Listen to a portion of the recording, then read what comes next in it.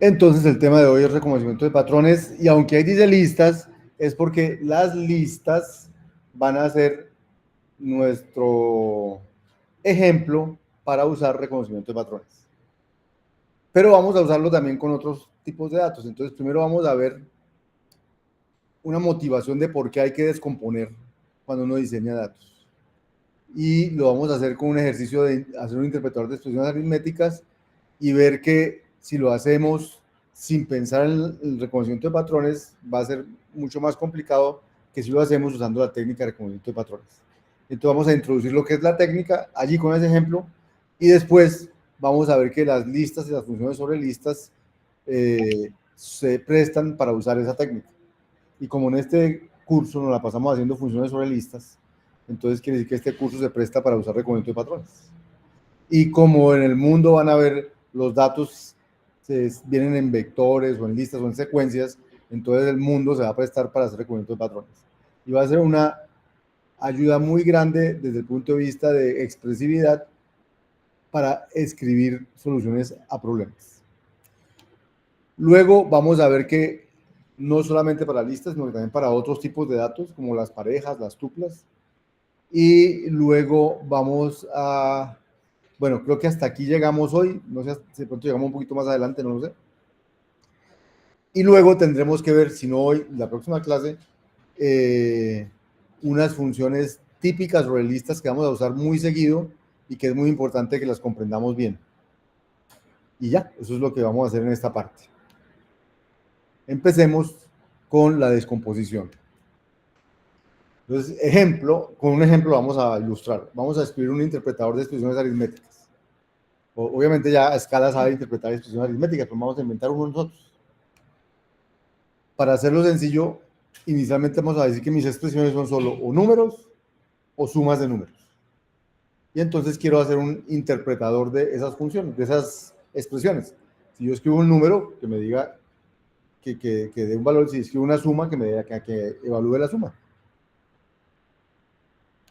Entonces, para eso, como la clase pasada ya vimos que nosotros aquí tenemos objetos y todas las cosas y que vamos a usar clases para crear nuestros objetos sobre los cuales vamos a aplicar las funciones, entonces vamos a crear una clase de base que se llama expre y vamos a decir que las expresiones entonces tienen dos tipos por ahora, o dos subclases, la subclase número y la subclase suma, las dos deben ser subclases de expresión. Entonces, para eso,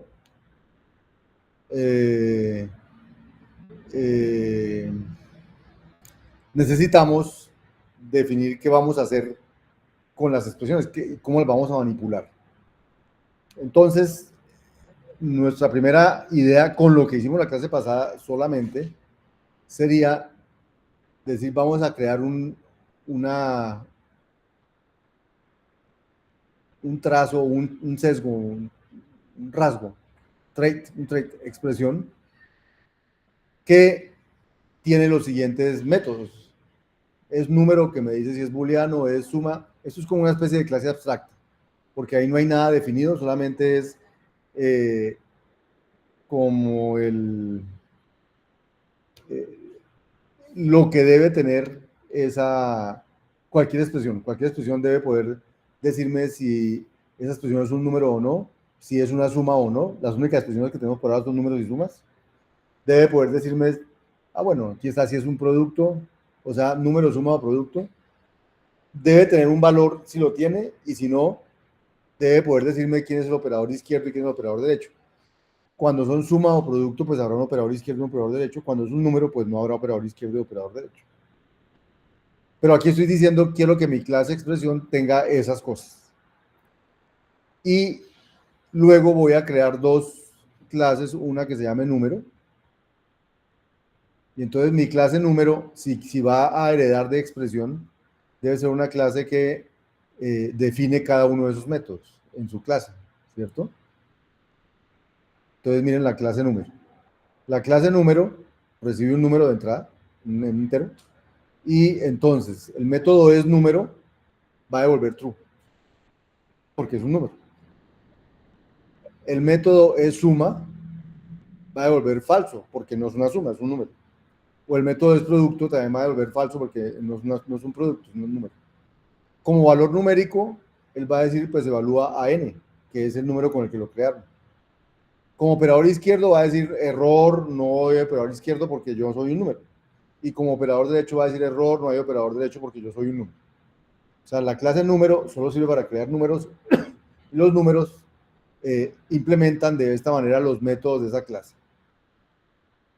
Entonces la clase número, creamos esta sí es una clase ya concreta, hereda de expo, y acabo de crear la clase número. O sea que yo ya podría crear números, ¿cierto?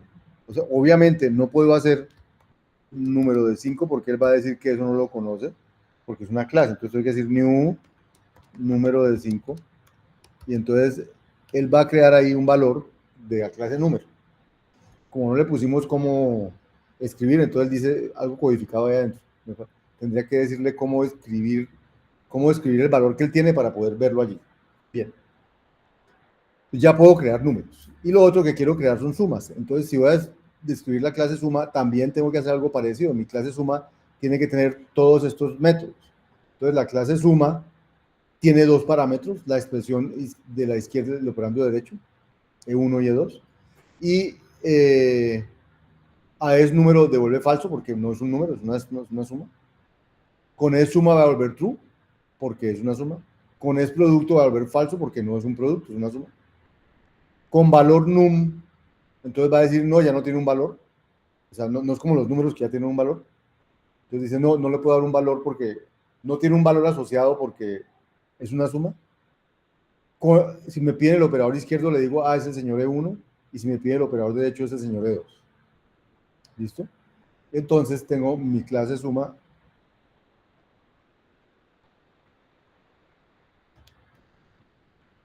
Y lo único que hace es mostrarnos el tipo de operación que es, digamos, el tipo de... Crea un dato, no lo evalúa todavía, sino que crea un dato y dice, quiero crear una suma pero para poder crear una suma tengo que darle dos expresiones. Entonces, por ejemplo, puedo decirle la suma con el número 5, esa es una expresión, y la suma con el número 7. Y él va a decir que creó una expresión de tipo suma. No la ha evaluado, solamente la está creando. ¿De acuerdo? De hecho, vamos a guardarlas de una vez, vamos a irlas guardando porque después la voy a necesitar para hacer cosas. Voy a llamarle a esta val, no sé, expresión 1. Entonces ya tengo y voy a llamar a esta expresión 2. Ya tengo mis primeras dos expresiones.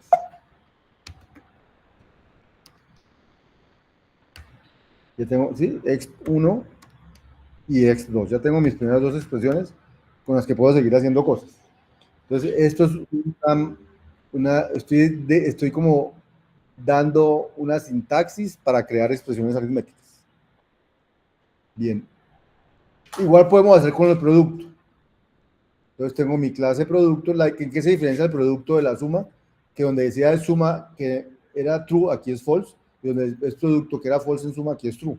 De resto son iguales, son muy parecidas esas dos clases. Entonces creo la clase producto.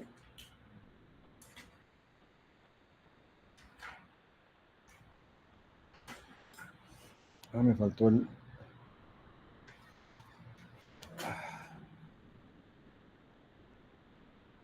¿Qué habré hecho mal?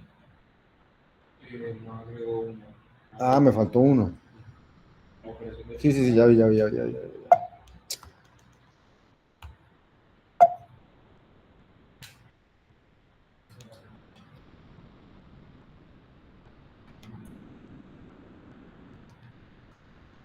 Listo, y ya puedo crear, entonces voy a crear la expresión 3.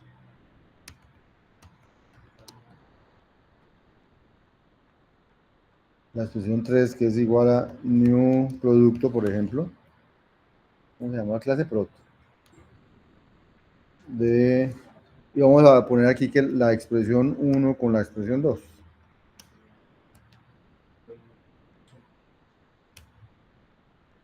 ¿Listo? De nuevo, allí no hay valores, allí hay expresiones. O sea, es una manera de crear expresiones. Ahora, ¿qué quiere hacer uno con las expresiones? Pues evaluarlas. Entonces, para evaluarlas, voy a necesitar una función para evaluar expresiones.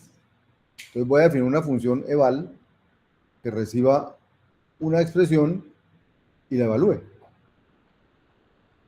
Entonces, voy a definir una función eval que reciba una expresión y la evalúe. Entonces, es muy sencilla. Si la expresión es un número, porque ahí existe el método es número, entonces digo, pues deme su valor numérico, que está guardado ahí.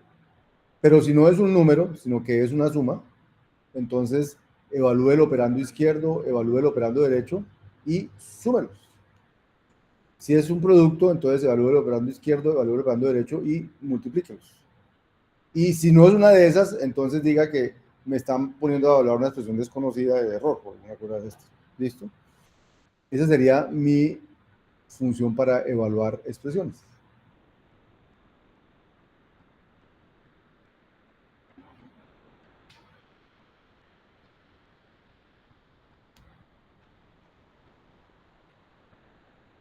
Y entonces ahora pues, debería poder evaluar, por ejemplo, evaluar la expresión 1, que es el 5, ¿cierto? O evaluar la expresión 2, o evaluar la expresión 3.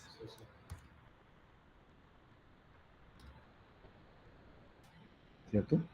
O sea, ya estoy construyendo una manera de crear expresiones y evaluarlas. ¿De acuerdo? Bien. Hasta ahí todo clarísimo, ¿cierto? Ahora, supongan que decimos, vamos a extenderlo, vamos a poner restas. Entonces, ¿qué habría que hacer para crear restas? Entonces, para crear restas, ¿qué tendríamos que hacer? Crear una nueva clase que se llame resta. A esa clase hay que definirle el método. Primero que todo, nos tocaría ir a todas las... Antes, supongamos que queramos crear una resta. Entonces, nos tocaría empezar por decir que... nos tocaría empezar por decir que a la clase... que el thread original debía tener también es resta, debía tener también, si quiero poner división, es división. Todas las que quiera crear, me toca crearle un reconocedor de esos tipos, ¿cierto? Y luego, entonces, a cada una de estas que ya había hecho, suma, tal, tengo que ponerles la implementación de esos métodos. Y luego, o sea, siempre es bastante trabajo inventar una nueva expresión. Entonces, lo mejor es, oiga, invéntelas todas desde el principio porque es que esto de mantenerlo está muy aburrido. Porque cada que hago una nueva me toca meterle la mano a todas partes. Ese es el problema cuando uno no usa lo que vamos a usar que es reconocimiento de patrones.